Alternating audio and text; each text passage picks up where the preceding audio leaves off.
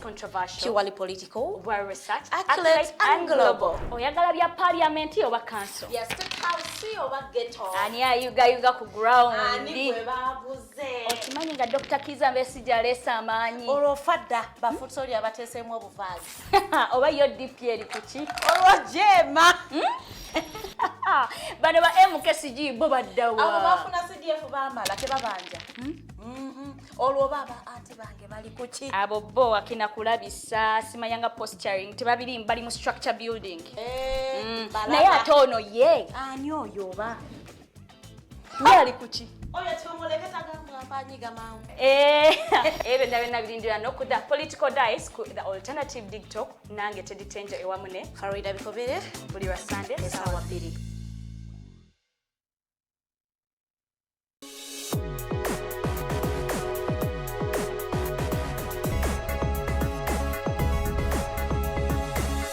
The alternative Dig Talk. Real issues, real talk. Hi Rogers, can I ask you something? Shoot. What does corruption mean? Well, summarily, corruption is abuse of public power for personal gain or for the benefit of a group to which one owes allegiance. For example, when a public office is abused by an official accepting or soliciting a bribe. By the way, private people can be corrupt too, like bribing police officers to escape fines. Okay. So exactly how does that concern me? Well, do you pay taxes? I guess, yeah. What does that have to do with this? Everything. Because those taxes you pay are supposed to facilitate services you use, like water, electricity, roads construction, medicines in hospitals, name it. Okay, that is much bigger than I thought. But it can be stopped, right? Well, yes, it can. Although it may not be as easy as it sounds. And here is the reason why. Corruption roots are grounded in our country's social, political, economic, bureaucratic traditions and policies. So, what has kept it going this long? I mean, why don't we stop it? Well, the main reason why it has been here for so long is because institutions are weak, either as a result of poorly defined ethical standards of public service, weak administrative and financial systems, or ineffective watchdog agencies. What can we do to stop it? At a national level, we must focus on strengthening the independence and effectiveness of public institutions that fight corruption. At a personal level, we must commit to never giving a bribe. I promise I'll never give a bribe. Well, that's a great decision you have made. Me and you now have to spread this message to all our friends. If we all do our part, corruption will be no more. This message is brought to you by Alternative Digital.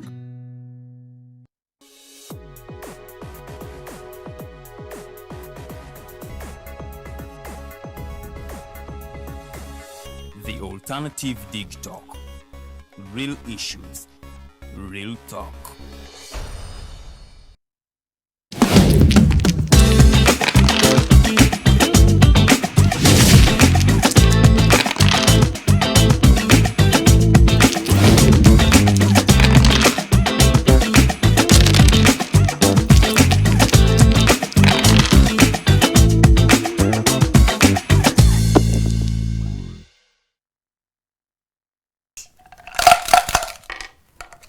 Welcome to the political dice. Empichi y'obufuzi ffe twewayo kujja kubaweereza biki ebyagudde mu Washington, biki ebyagudde Uganda, ye bannaye yo East Africa in general eryetya ffe twewayo okujja obategeeza biki ebiri mu nsi ez'enjawulo ate nga biri political, however to also let you know that munnaye constituency yo ebi happening byo bimanyi oba tobimanyi. Nenge eno wiiki yo yagenze okusemberera okuggwawo.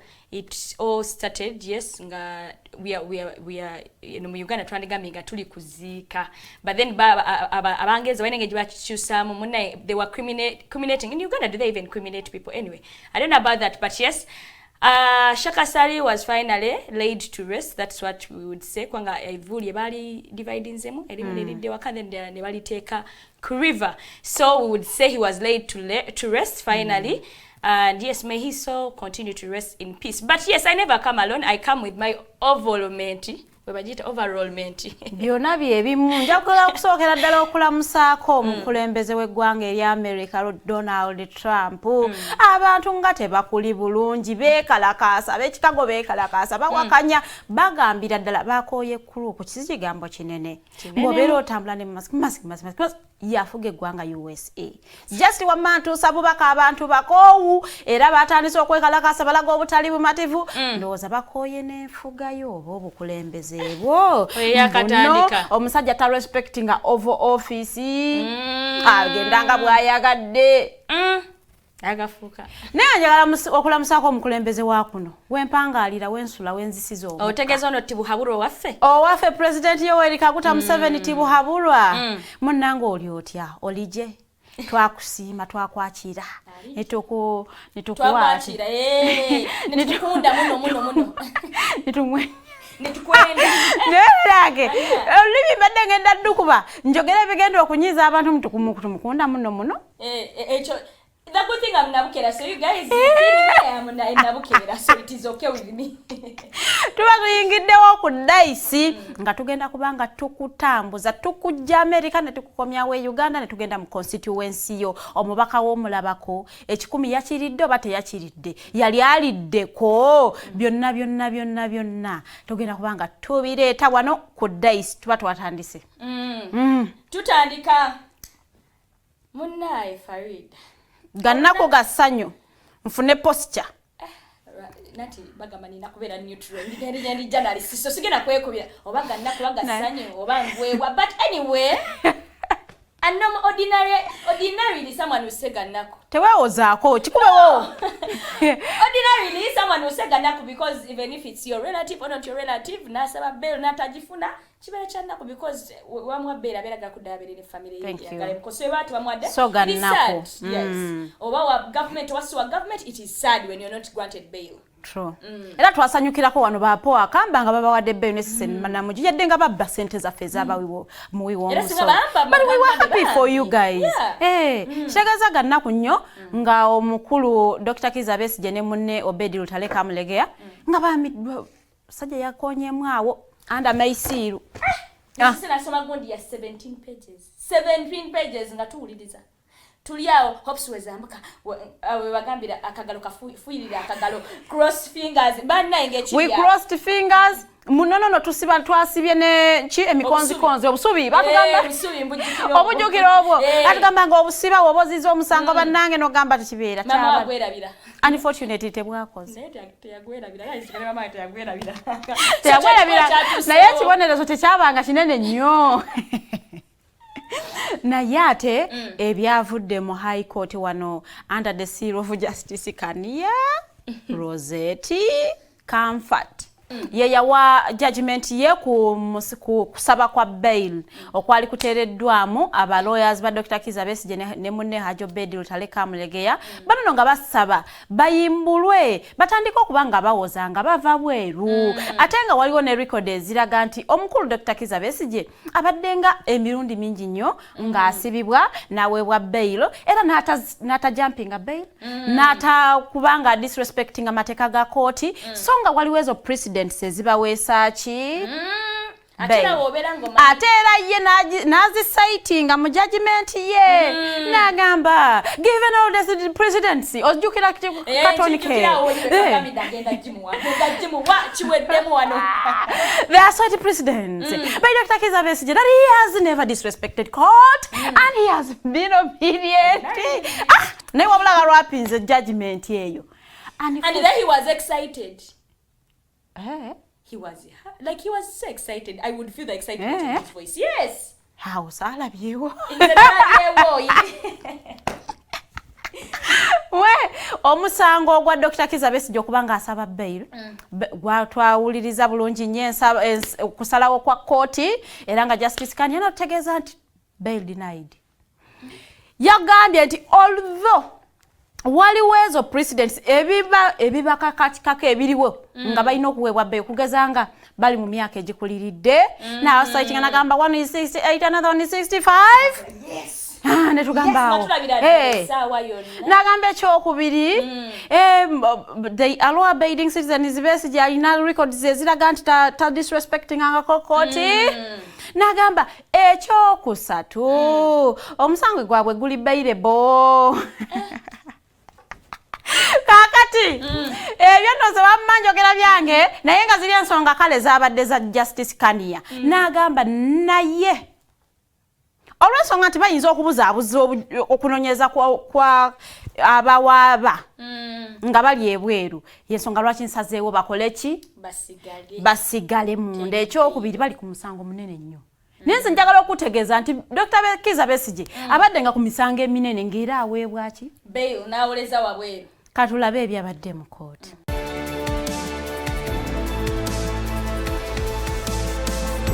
It has also not been proved that on a previous occasion, when granted bail, the applicants did not abide by the bail conditions. Therefore, although I find that the applicants have satisfied all the relevant requirements for grant of bail, such as proving that they have fixed places of abode, have substantial sureties, are first offenders with no criminal record, and are of advanced age, the application for bail is denied because there is a likelihood that the applicants, if released on bail while investigations are ongoing, owing to the grave nature of the offense, may fall prey to the temptation to interfere with the investigations. Twagala okukiggumiza ensonga zasinziddeko ku Dr. Kiza Besigye bail si z'amateeka ez'amateeka zonna zibadde zita Dr. Besigye ensonga kwasinzidde obugaano muta za byabufuzi.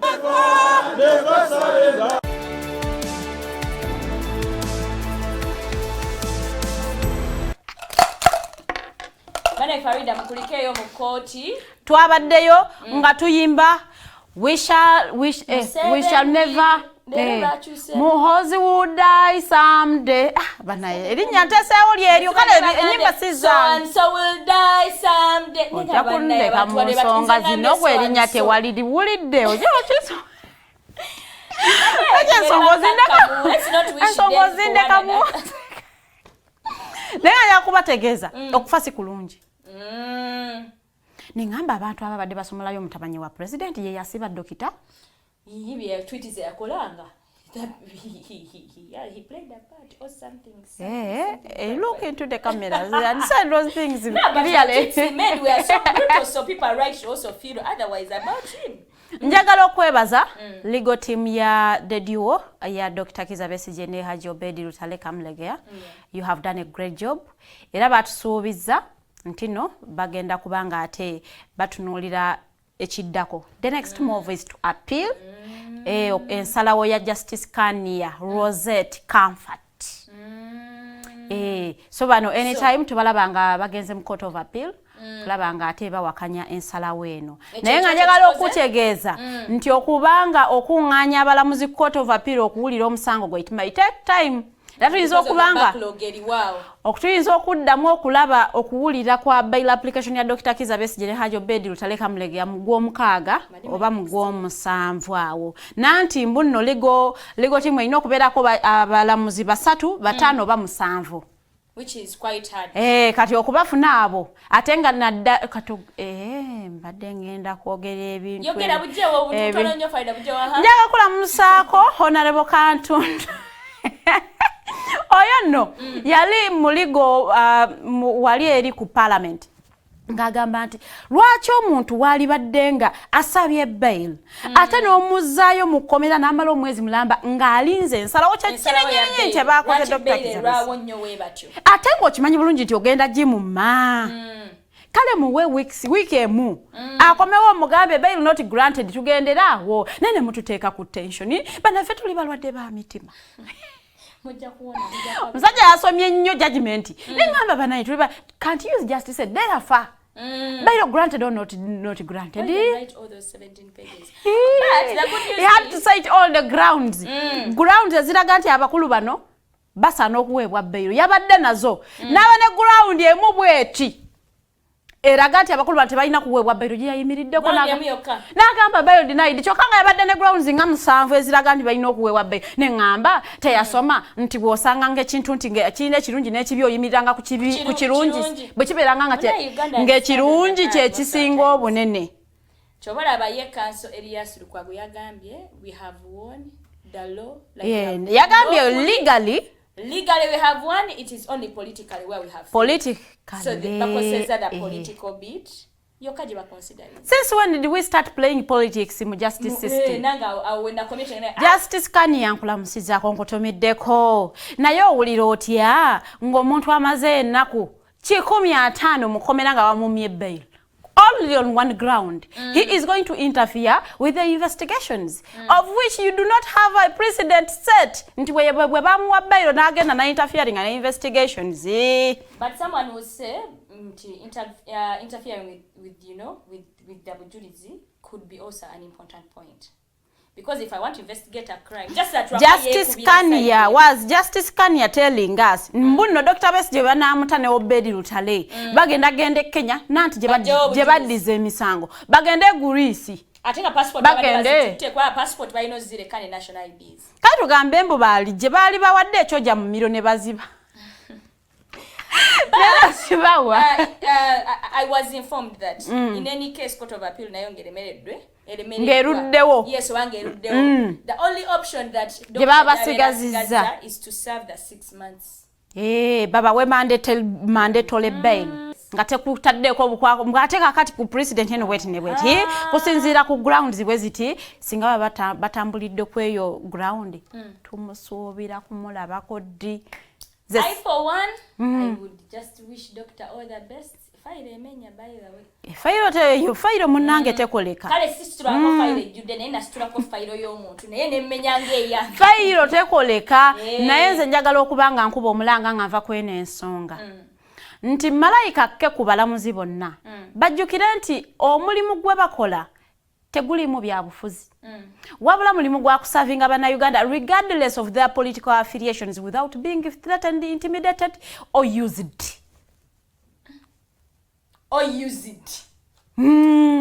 Ebigambo nze mbikubawo bwangandi nga nyimiridde bwa ntogo.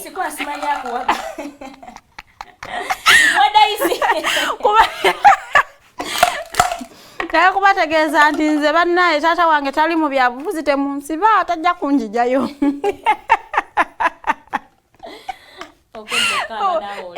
Musajja akutima gwoza. But nga tuvuddeyo Farida, what else you have in store for us? Nga tuvudde ku nsonga ez'okuba nti ate abakulu abo ffe tujja kubasabira Mukama abakuume nga bakyali balamu batambuze fayiro eyo. Kubanga fayiro tekoleka naddala eya upper prison. Upper prison. Fayiro yayo tekoleka. Zema ntambudde ngenze ku transactional parliament. Parliament yaffe ya wano efuuse very transactional. Transacting sente deals zikolebwa mu parliament okusinga mu parliament ate ziri siza digital za bisawo gwegenda na kisawo kyo making sure motoka yo nene in any case wagai banaino kubanga bano bagaba sente nyingi basimbulira mu bukaddana bukadde 10 bukadde 5 walondo be bawaako obutano ate abo bali bakyabayisaamu amaaso ne mugikwatako nyingo 12 bba baba ati obukadde 5 ne mukwata ku nyingo 12 bba bantu mmwe ate njaga kutegeeza nti esente zino ezigabibwa tezaabula mbono wa opposition ono wa government mbono wa opposition tugenda muwa bonna bazifuna era njaga okujjukiza ti bano nno baweebwako obukadde 8 ne tulaba abamu nga bazikomeza twaha kagabo y'omu ku victim yajja n'ekisawo nga mulimu notsiga bwali bupyanye ekira kumanya waliwo zi ababera bazitereseeyo n'agamba bannayenze sente z'eki kale yagamba ndoza kikolimu sente z'ekibi byebimu ebigambo byogere nga bwasimba baide sente zotakoleredde sente za kibi Yagala okubajjukiza nti abakulu bano baweebwako miliyoni 2 nga nno babagamba nti nno ki tujjemu age limit. Ne bagamba basooka kujjamu term limits ne bajjamu ne age limit. ne baweebwa akasiimo ka milioni 2 ani azigaba ziva waani kibuuzo omanyi gye ziva mama yangano kwogera bistalina ko mutuna magulu but yogera nze nja kudifendinga manyimu amateeka amatonotono ojja kubeera gali mu kkooti kusabira ebbeiro oli shuriti watu batutte babiri kuba esente zino zivaawa ani azigaba Daisa akubye kene kitegeeza ziba wa muntu ogwa yani ogwa oba Farida nze mbala simanyi kyolina akatengo ndeka nesonyiwa Farida sente zibawa na Farida so ndi munamawuleka ndi sente olezo sente zibawa parliament zibawa kakati njagala okuwa anseno nga nkuwa ne president kuba ndi musomesa ngakuwa ne example bwe mukeera ku machanga ku digital te hiring abantu ba myaka ameka bawezeza myaka 4 naye nga nze ngenda kuweza ndi wa 39 mbasaka emyezi 2 okuweza 4 nenja ne kiteso mu digital ne ngamba nti banna kati tujjewo emyaka oba oli wa 7 oba oli wa 9 jangu tukole kiba kiyambani fenna wamu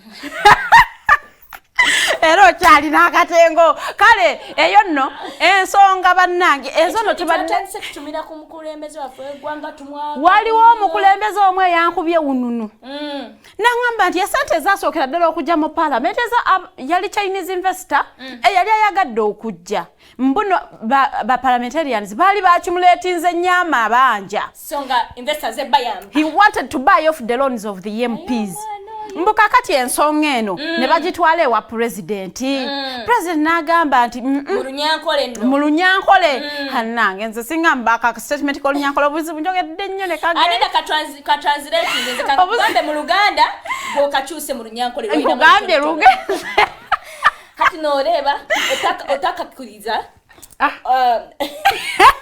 tubireke naye nga president yagamba mu bigambo bye by'Olunyankole bye tutagenda quotinga naye ka tu translating for the benefit of our viewers mbuno you cannot use another person's hand to clean your ass. Instead you will have to use your own hands to clean your mess that you have done within your you can't say kat Farida my business jangu no you have to use your own hands so invest kakati president n'agamba njabba yambako investor abireke nze kangule sinsi mwebange yo my people kati president agamba kakati tenjo ina loan ya sente meka ze ninayo nga ya bilioni nga 3 banka ki Bank of Stanbic cleared account number tekao ekyo president kye yakola n'akiriyalinga loan ze zaba MPs bonna ate njagala okutegeza kyatwalira mu n'abatayina loan abo bafuna za kati bo bateka accounts ki batekayo zabwere bafuna zabwerere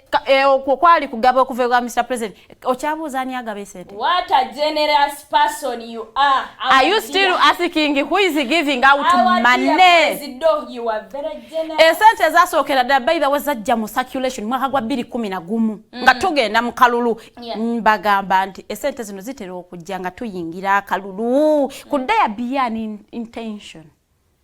Of course, obviously. Hey, it is obvious. What is the obvious intention of the giver? It's how they take out something from the constitution again. Yes. Obaba ina chebagala okukusoka. Chebaisa because how do you tell me you are awarding people for the coffee bill? As in, why are you awarding them? Excuse me. Isn't that like their job? Isn't that's what they're supposed to do? Nanti basi mibwanga aba service award bwebewa 1.7 billion. But also that was money. It was part of the money that is circulating within parliament. Mwegabanye mwesime muli akasente. Naye nga babaka bavude ne babyewakana. Aba opposition ku nsonga eyo ba address nze ne bana mawulire. Ne bagamba fete tunafuna ko sente. Era tubasubiza bwe zinajja tugenda kuzizayo fete tukwata sente ya kibi. Ne ngamba sente muzikwate muziwa abalonzi baavu. Awo babulizanga liyo muyekaye yazayo. Nengamba ekitegeeza 40 twakagabo ziyaleta mwete mwazina but they have always said like that they have denied the money that they have taken and it is we are used how you're denying the money and people are signing abafuna so we are like which money abono munanga ababadde ba signing list yabo aba opposition beba nabakakasa nti tetunazifuna era tetukkiriza n'ekyokugabibwa sente Era betujidde gano nga baweza bali mu 40. Mbulisi ekyafuluma. Nalabyeko kanso wange Elias Ruyimbazi. Naye ateseeko omukono gwe nagana ye sente sinnazifunako. Nze nakajja mu parliament Era simanya ebintu bitambula bitya. Simanya ebitambula. Nayimiridde wano ku floor of parliament, ku floor ya parliament okugana bangamba issue yendi mukrising is not on the order paper. Tulabe byabadde eyo ku parliament nga omukulu Muwanga Kivumbi akulembeddemu banne nga bagamba tebannafunako ku million 10.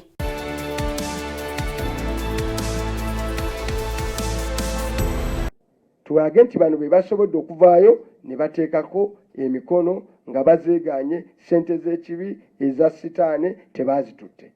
Buli memba wa nuupu ateeyisiza bulungi ajemera ebiragiro bya pate.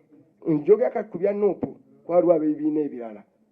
Mu myezi egiddako nze field commander tugenda mu constituency ya buli omu, buli abadde alimu embaliga oba tugwa oba tetugwe tugenda kuteekayo omulala omutuufu.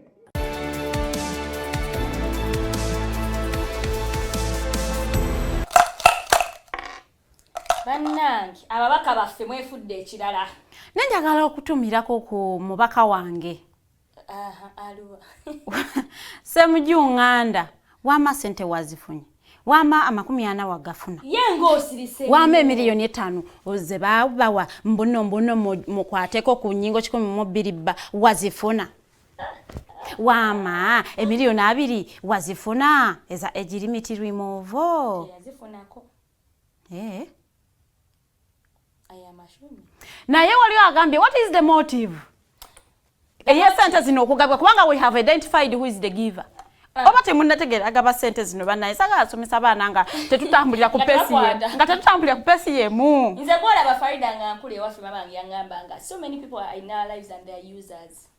So, I feel like omanyi buli wefuula omugezigezi maso ga Tibu Haburo Mulungi.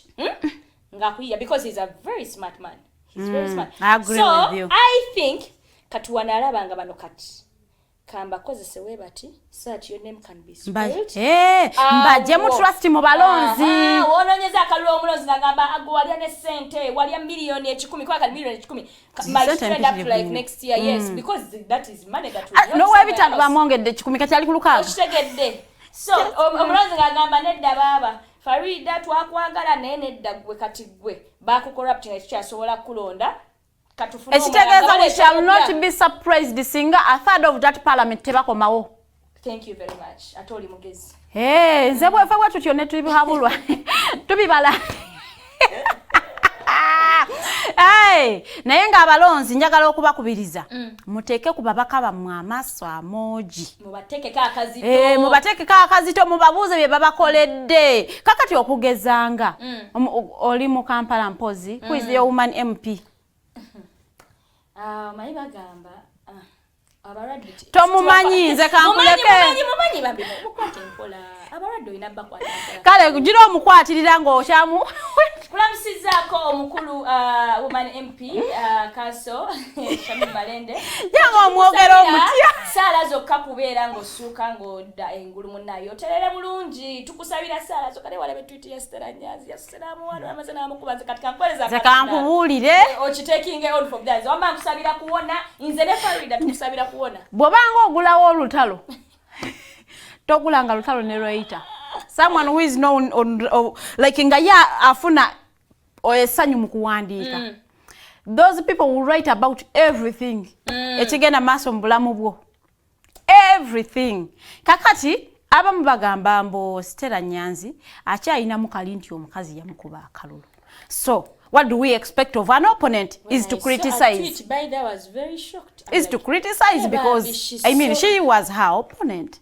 anamukubira ngalo munango representing ze bulonje yamusabidde okuwona nayo gene ekituufu nti gundi kiki kyokoze kale tetuganya olimande but what have you done for the women in Kampala you as a woman nasokoleke abadanga mulwadde bucha yagenda mu parliament nedda yakazirwala no mwaka guwedde waliwo bali akavuyo mu parliament ekwadde ne kituka agamba yarwalako ne bamujjanja baba then engeri ya mulongo saati na mukwata bi mu parliament already obulwadde ne butuka so before the sickness yali akolera bana Uganda fete twakutumako kugenda kusaba bail mu kooti zetuna unless you are saying mbu bannayuganda baziba misanga bawangalire Kampala ngera gwe kye wajja okukola is making sure tebakuvundira mu makomera.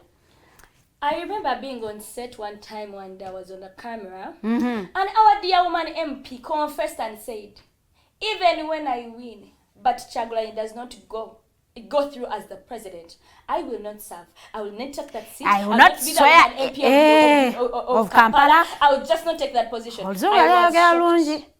I was shocked. So the one me, I'm not like right now. I'm not shocked because you shocked me that time when you took the seat. So you're not working and performing. You can't be shocked the second time. I can't be shocked because you shocked me from the other side. The way you were serious, ate father, not item, ate what, and then you took the seat. What do I expect from a liar like that? You're not a liar, by the way. No, but you're a liar from someone who doesn't. Omuntu atakumba bigambo byabeera ni tumwogere mu Luganda. Mulimba.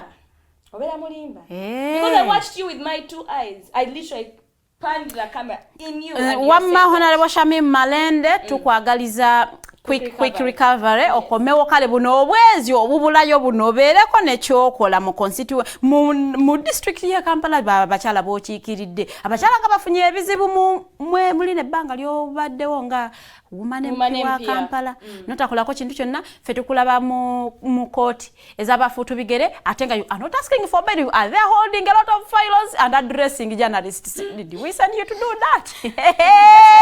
You're just being the woman MP.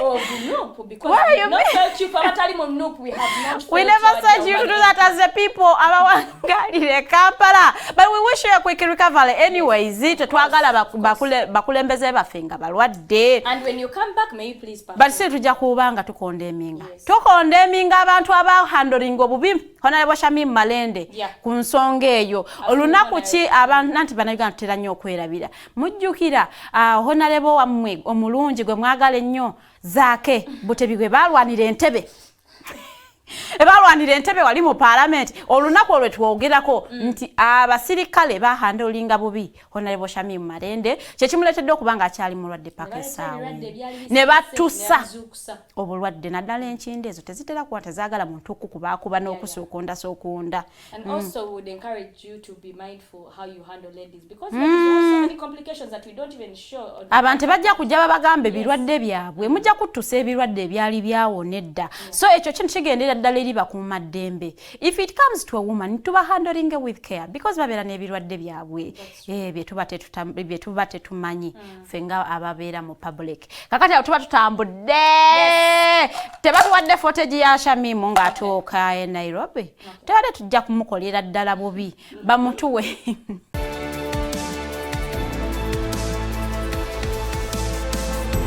Okubeera nga nyongerwayo mu Aga Khan Hospital e Nairobi oluvannyuma lw'okukeberebwa kw'abasawo era ne bakakasa nti neetaaga okweyongerayo.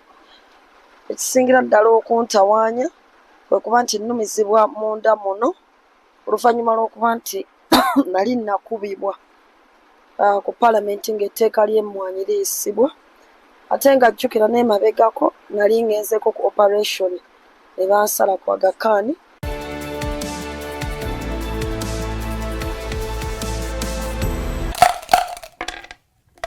Ziba mmeka ezo nze mba nkyali ku parliament ya Uganda munange eno gye tuzungira mu committee ya legal affairs wali ku parliament nga sisangayo Ani ono justice minister yellow green oyo nga bamusoya ebibuuzo nga ina ensonga z'essemasonga zazze okwanjiza committee. Omanyi nyakubategeeza banaye tuli mu gino emyezi tuba tuteekateeka budget ya 2025-2026. Yes, that's true. Kakati buli eyasaba sente ojja n'ozidefendinga. Sente zino empitirivu wasaba zaaki? Nabagamba aba isi ba defendinga sente nabagamba naye sente muzirabanga ennyingi naye obuwumbi kagamu biri bugenda zimba waka wano tukoyewo tuli mu bupangisa. Kakati omukulu Honorable Mau ffe twali tumumanyidde nga chairman Mau. Kati Honorable oyo munnange nga presenting a budget yengo omubaka agamba nate zino miliyoni zino zotese ku mbunno ogenda kuyigiriza staff yo okukozesa condom. Kyogamba okola n'abantu abatamanyi how to use a condom. Nga bakola ku Ministry ya Justice and Constitutional Affairs. They are not young people. They are above 18. They are actually in their 50s. Even if the officer justice, who even needs classes on how to use a condom? Abana abato. Abana atabali mu maso. Abana betaza chi condoms. Okugema obulwadde. Obulwadde webuli.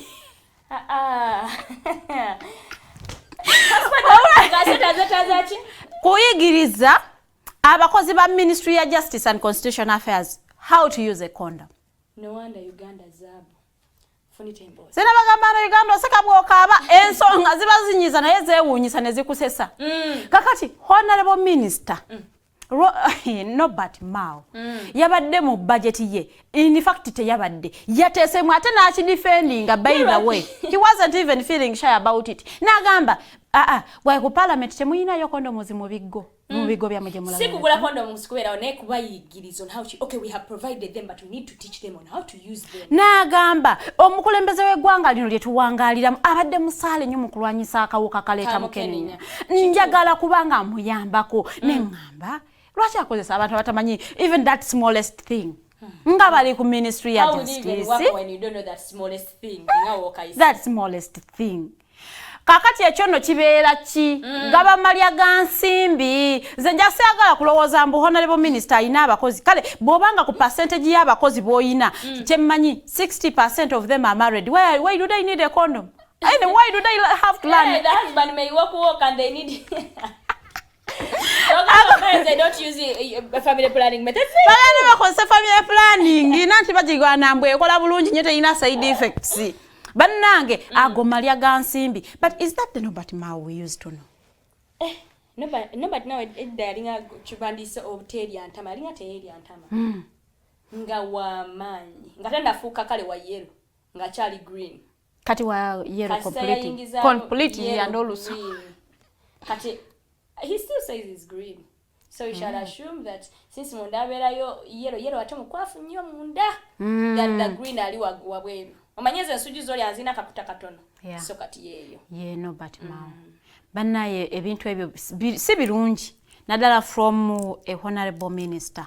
Okujja n'oyanja budget yo. Ate ye mu defense yatugambye nti mu bintu ebingi nnyo mwe mulonzeeyo akakatono ke muteeseeko ki? Essira. Ne tugamba nti nno tubadde tetukusuubira a person of your caliber to budget to teach your staff how to use a condom. You know? You can even just demonstrate it on a TV. Oba tujje wano fe tulete fetwa fenga digital ko family mo nawe atuwa omulimu tukaisenga wano ngo omulimu gutwe tukaisenga wano basi bantu bokaboka baganyirwa kwanga one time one day you're going to chase away the staff atompyenera bazze mabega byosomeseda whereas wantu sika tukakubanga akalaba all the time. Thank you.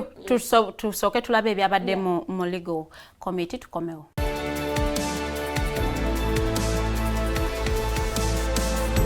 You plan to spend millions of shillings on what you have termed condom education. It is in the ministerial policy statement. I've picked it from it. Condom education and correct use of condom. I want to understand that at the level of now your staff at the Ministry of Justice and Constitutional Affairs, you still need to be taught how to use condoms. Uganda is a poor country. If you fall sick, we may not afford to treat you. So please, let's prevent it. So to trivialize it by looking for one small line in a fat ministerial statement, I think undermines the milestones that our country has achieved.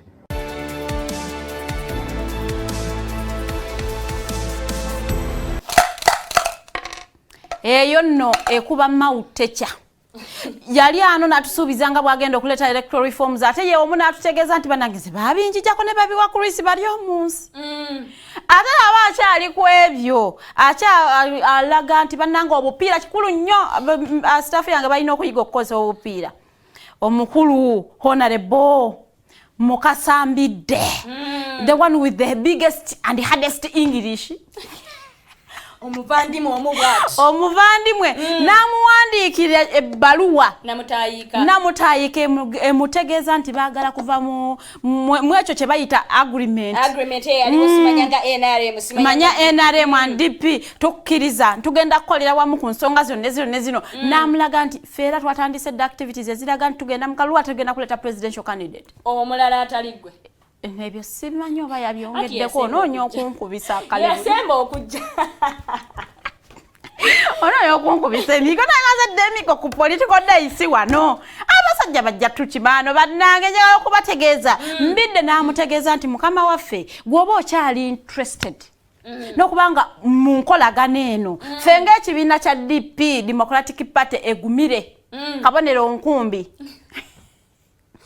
tukoye tulaga nti enkolagana tetugifunyemu so for that reason sibye batambuliddeko era ku nsonga ezo tukutegeeza nti twagala kuva mu ki mu nkolagana eno kati okosiko bakugamba mbu ekuba omunaku techa oli aba akyanyumira obwa minisita omujja munankanye yamuweesa obwa minisita mukasambidde eyo si jealousy kubanga singa nga bakagenda nembagamba nti new relationship bwete bwebera ne marriage mugenza mu bufumbo kati muwana n'omusajja mwabaliko UPC kubanga yabasooka yali mukazi mukadde ngebatunuliza kyamuli egamba mwenno katubalabe mwewaana okufumba tulabe baana alyanga wammwe kati mutandise kati mutandise okuva mukaaba twabagamba nti omusajja bwaba mwezi bwali kuteeka ewajja kunoonya omulala kati mutandise okulaba babajjako attention muvaayo mwogeza eddoboozi ery'obujja ebyo bigambo bya faida ng'omusibya digitoko TV oba tenitenjo obambidde yali ayagala okubeerako naye bamuwa oba bamusuubiza ogufo ne batamuwa omanyi ebibira olya kusomera dina when I penetrate yegwe abeera ddaka omulayini ebyembi penetrate and forget your words kituufu kale obufumbo ne butavaamu mwana olubuto oba lwavaamu kakati awo oba tolina kyokijjeemu ate omusajja n'akulaga nti yakuziridde mu kisenge kyasuubira kufuna lubuto lulala ati awo n'ogamba omusajja alina empisa embi olw'ensonga eyose fuluma obufumbo omuntu amayi tujja ne twogera mu ngero sometimes because we believe that we are talking to a very smart audience that understands, Nora ne Yesu yakosanga parables. Who are we to just say things directly? Abono munnaye beba DP. But do you think DP akyasobola okuwininga trust mu bantu? Yeah, I think it can if it can bring another candidate because Mao bleached what people believed in because waliwo abantu ababa believing Mao yenga ye. So the party is just secondary. So olaba omuntu oyo ng'avudde ate mu kibiina kyoba ng'obadde omukkiriza osigala nga tomanyi wogwa. But when they bring someone different because we banaakomawo nga bakomyewo with Mao, I doubt if anyone will believe in the party. I doubt, but that's my humble opinion. It is your opinion. It is okay. Your opinion is your opinion. Yeah. Should don't never be intimidated. Waga mama. Ensonga ya Mao tuba tugitadde tuba tutambula nga tugenda ku nsonga ey'omwana omulenzi kati gwe twogerako atuuza abantu ebifofofo Church Hill Sentamu Church Hill ono Church Hill wa mzaala ye chairman Nyanzi njagala okuba history we ndi yasookera mu NRM alyoka agende mu NUP kati omwana nga mutona mu grooming nga wa NRM abaana bakuze balaba yero kati obabuzaabuza obakakadi myufu ekyokubiri omwana ono bwe yali yesimbawo ku bwa president yagira ku kadi ya NUP he was independent era n'awangula. That means he didn't want to affiliate himself with NUP. Because they are against for the card. I believe that. Mbuba mu makadi aba NUP. mbu nga tebagala ba portraying ekifaananyi kiri nti basoosowaza baabwe nti nabo mbu kye balwanyisa ate kye bali mu kukola ne bamumakadi najanga independent n'abalaga nti abakuba akalo neŋŋamba oba bamusupportingira eno wansi eno gye talabanga ng'eno bajja bwe babuzaabuza abalala ng'eno wansi bamuteerayo. First of all, omwana omuto oyo yajjawa ssente ezaagula akalulu because we have evidence yagula akalulu okubeera ng'alangirira nga President Guild ow'e Makerere. Twagaana wano okugula obululu. Kali imagine Guild okitandikidde mu ssomero kiki kyogenda okukola mu honorable ba president. Naye yo si ensonga eriwa. Ensonga eri wano. Family matters. Family matters and political matters. Ebyo bibiri tusobola kubyawula. Yategeeza bannayuganda. Tabisoboka. Kweli. Nga wonoga oli mu kugamba. Mbuno President Museveni talonda Janet nga minister yadde mukazi we. Kituufu. Mu Uganda to mbote yakola school sino nedda. Mbadde ngamba mbuno Church Hill. Sentamu. Tusigale ku Sentamu. Tusigale ku Sentamu. Kakati mbuno omwana oyo twalabako enaku ezivuddeko awo nga atuddeko for a photo moment n'omukulembeze w'eggwanga era ne bamukuba ekifaananyi omukolo gwali Makerere University he leads as a guild president. Of course. So why not? Kakati omukolo we guggwa of course but leaders go for a photo moment. Omwana atula bulungi nnyo nakugumira mu bitiibwa bye nga guild president. Kafaananyi bwe kafuluma ku internet bweppa. Natugamba mmwe bennyini wano abakuba Hildaman emisumaali olwokuba agenzeeko n'atuulako konewa NRM owamwe yennyini yatudde ne president nembagamba don't you know nti omwana oyo ali kukola responsibilities ze as a leader, as a guild leader and he was independent anyways. Why do you affiliate him to NUP? Njagala okubategeeza nti nsobola okuzaala abaana nempagira NUP n'awagira NRM si kyabuwaze mbo family yange eyina okuwagira kyempagira because mukama yatuwa emitwe nga janjawulo gwozaala tasobola kutwala ndowooza yo gwe ng'omuzadde. We can't agree on everything, me and my dad. We disagree on certain things and it is normal. And it is okay to you disagree. Can't agree with your parents on everything. Yes. Ate n'ekirala. I don't know why people are making Chairman Nyanzi to apologize a lot because they are making you look like the president. Segamba or no. Of the party. No. Ngamba president wa eggwanga Uganda. Citizen 001. Oyo tibuhabulwa. But I feel like you're gonna kubanga tibuhabulwa omwana abadde nga asosonkereza amanga amalala n'avaayo ne yeetonda ku lw'omwana kati nawo why are you even apologizing because omwana yabadde afulfillinga responsibilities as a guild president of the university. Sirowooza mbu abaana abatali within the leadership ya university basobola okutegeera the politics of the university. Kati bano abawagira ebintu just for bafutu bigere bagenda bakozesa ensobi. Did you expect omwana oyo okugaana okubeerawo? Mbuka kati olwokuba president yajja wano nze sigenda kubeerawo. First yajjanga independent.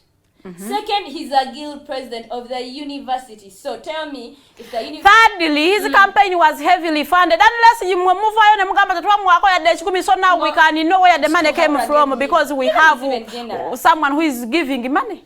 He's generous. You may find you didn't give and he gave. Yes. It is also possible. Ata it is on record. Nti omukulembeze ow'eggwanga lino Uganda. His Excellency Yoweri Kaguta Museveni atera okugula bagirudi be Makerere. Choka yabuze na edda. But for me in my he compromises them. Namulaba abantu omwana atandise okwogeza ebirimi ayo. Geza ebirimi tulabe ebyabadde eyo. Omwana ono ng'ali mu kwadressingako eggwanga nga gamba naye I was fulfilling my responsibilities. Ebirala bannange bye mwagala ntandike. I am not ready to do them.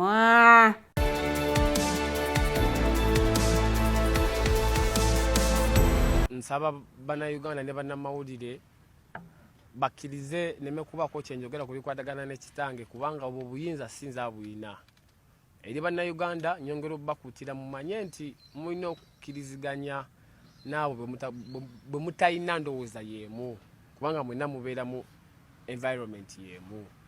So nze ndowooza nabadde nkola buvunaanyizibwa bwange era ne bwe munaba munnonze ewalala nga Mukama akkiriza nja kufuba okulaba nga nsoosowaza obuvunaanyizibwa bwange okusinga endowooza zange ng'omuntu.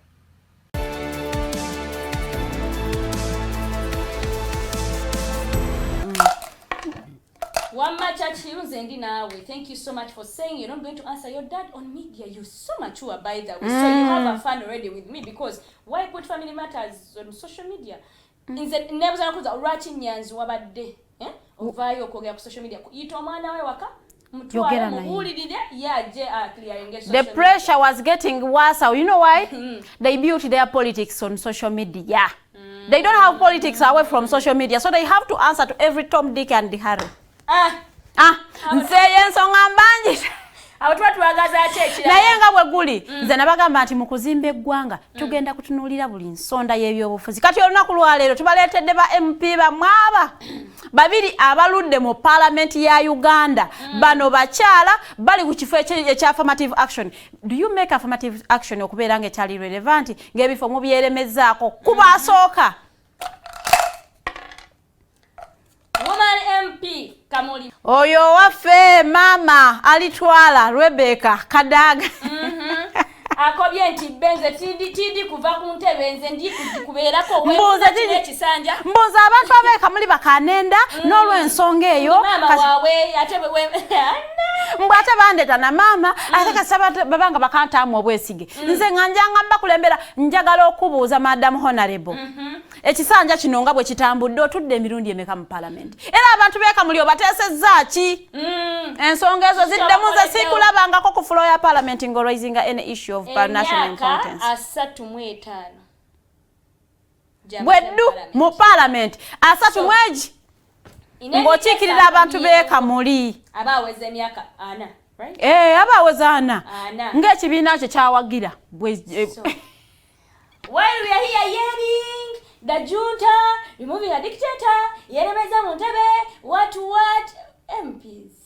Nammwe muve mu bifo ebyo abamu mubiruddemu tetujja kubatiisa maaso tujja kubagamba bana you have done a very meaningful representation Madam Alitwala naye ekifo kiveemu genda ku direct seat affirmative seat gireke abaana abato bagitwale. You are already empowered. Oyagamba you haven't been empowered for all those 35 years. You still need an affirmative seat. It is disappointing. Which girls are you mentoring? Ayo bigambo yange ndeto bulala. Honorable Hanifa Kawoya, woman MP Sembabule, emyaka 3 oli mu parliament mama okozeeko ekimala. Tulese ba NRM babiri nesete mweyinula aba opposition namwe tujja Hanifa Kawoya emyaka 3 ng'okiikirira Sembabule district as a woman MP. You have done enough. Bw'oba kyagala okubeera mu parliament genda ku direct seat bannaye ebifo bya affirmative action mubiveemu. We have empowered girls abagala okubeera kale they want to be empowered. You are empowered women. You are empowered women abateekwa okugenda ku direct seat ebifo bya affirmative seat mubirekera abaana abato. You are ngwanero batugamba they are empowering girls, they are mentoring girls. Abaana be mentoring mwagala balagewa mweremeza mu affirmative seats muzifulume mugende ku direct seats. Naye ekisinga obukulu mutuule wali ebintu mubirabe nga bwe mu advisinga mukozeeko ekimala naye mulowooza ffe tetuzimbye ensi. Ugandans are happy people and I want to encourage you to learn to use it. Don't you think we have built the nation today? We should end here. Guys, thank you so much for watching the Political Dice and PGM. It airs every Sunday at 8 p.m. It comes with me and then Farida Bikobere. We are happy to serve you. Please keep watching, subscribe to our YouTube channel and Facebook pages. That is the Alternative Uganda, TikTok TV, and then on YouTube, that is the Alternative Uganda. See you again next week on Monday on the Mighty Drive Show. Bye-bye.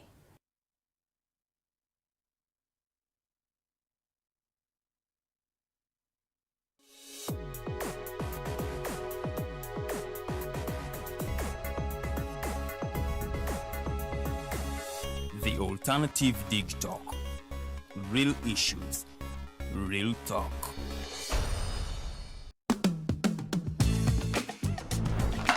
Hi, welcome to the political dice. Empichi y'ebyobufuzi. It's controversial. Purely political. Well researched. Accurate and global. Oyagala bya parliament oba council. Bya state house oba ghetto. Ani ayuga ku ground. Ani bwe babuze. Okimanyi nga Dr. Kizza Besigye aleesa amaanyi. Olwofadda bafutoli abateeseemu obuvaazi.